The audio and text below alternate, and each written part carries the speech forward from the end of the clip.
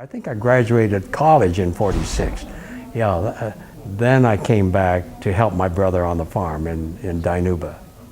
The folks were just beginning to come back from the camps. You know, I guess the camps closed in '45, and so they were drifting back into the West Coast, the Central Valley area, and wherever they were, in the camps, in Midwest cities, some even as far as the East Coast. But they were, of course, drawn back to their homes. And the camp itself, I think, really met a need, because here they were scattered in various places. And it was almost, to me, like a reunion, folks coming at last back into their homes.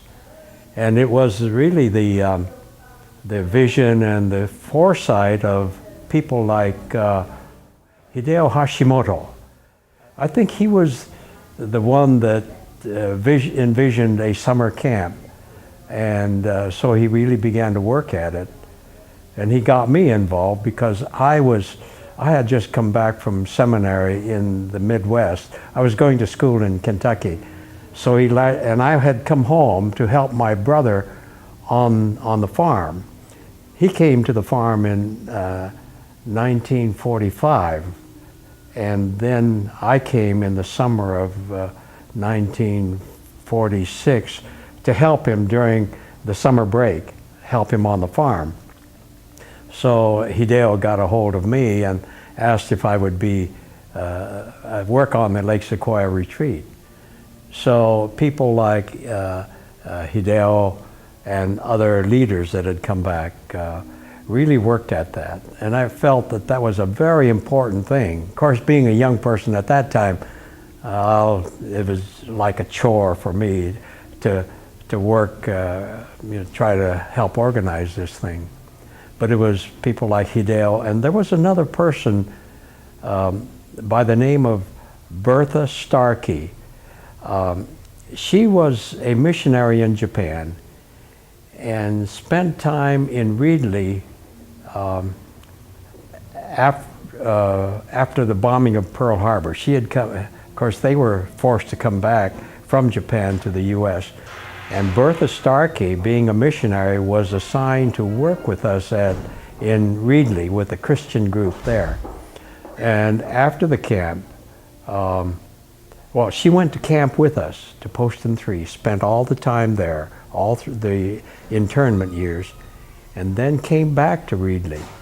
So she and persons like Hideo Hashimoto were instrumental in putting that camp together.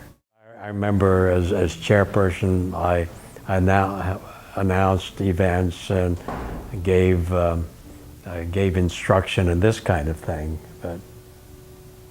But it was really, I was thankful that we had people like Hideo Hashimoto, who had experience in organizing, I'm sure, conferences and events like this.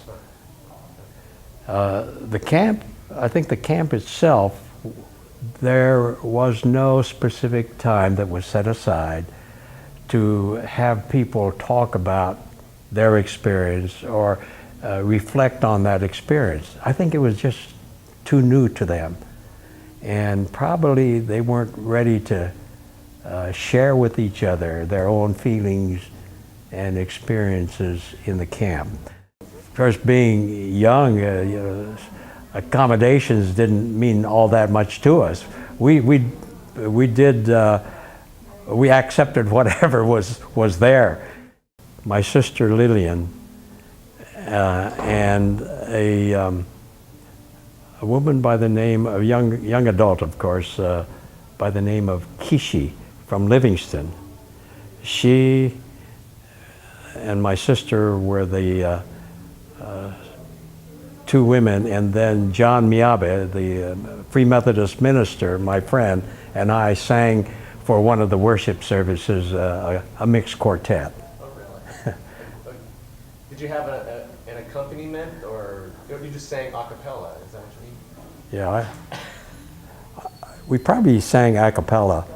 I don't think we had any instruments there, unless there was an old pump organ. There may have been an old pump organ that was part of the facility, but I'm just kind of guessing. Yeah. But I do remember that quartet. They asked, I guess they thought that the four of us were pretty good singers, so they said, do something special for a worship service. So we sang a couple of times for the worship service. Were you guys singing songs basically right out of the hymnal? You know, holy, holy, holy? Or? Yeah, they were songs out of the hymnal. Okay. At that time, there may have been folk songs that folks sang, but at least I'm not aware that those of us who came back from the camps and from being interned were into the songs of that era, the folk songs of that era. Being a church conference, I think the most familiar songs were right out of the hymnal. Oh yeah, we were excited about all that went on during the camp, and also had good feelings about how the camp went. Like I said, it was like a reunion of a lot of folks that came together and just enjoyed being there. This was probably the first experience, well, it was the first conference type gathering for the folks that had come back from the camps. So there was a lot of excitement, there was a lot of good feeling. I thought that it would be a good thing if persons would pick up the responsibility and carry it on, because it was so meaningful for the folks to get together. But I didn't have any notion about, well, how long this would go. It was just good to have folks come together. Fortunately, there were, I think the churches began to see this as a very important part of their work with youth and young adults, so they put their energy into it to make sure that it continued. You know, what went on? Why was it that this thing was so important? And I think that's what it was. Just, you know, reconnecting with folks and being together with folks, even though they didn't openly share it, just being with folks who had gone through that whole experience. I think that was meaningful.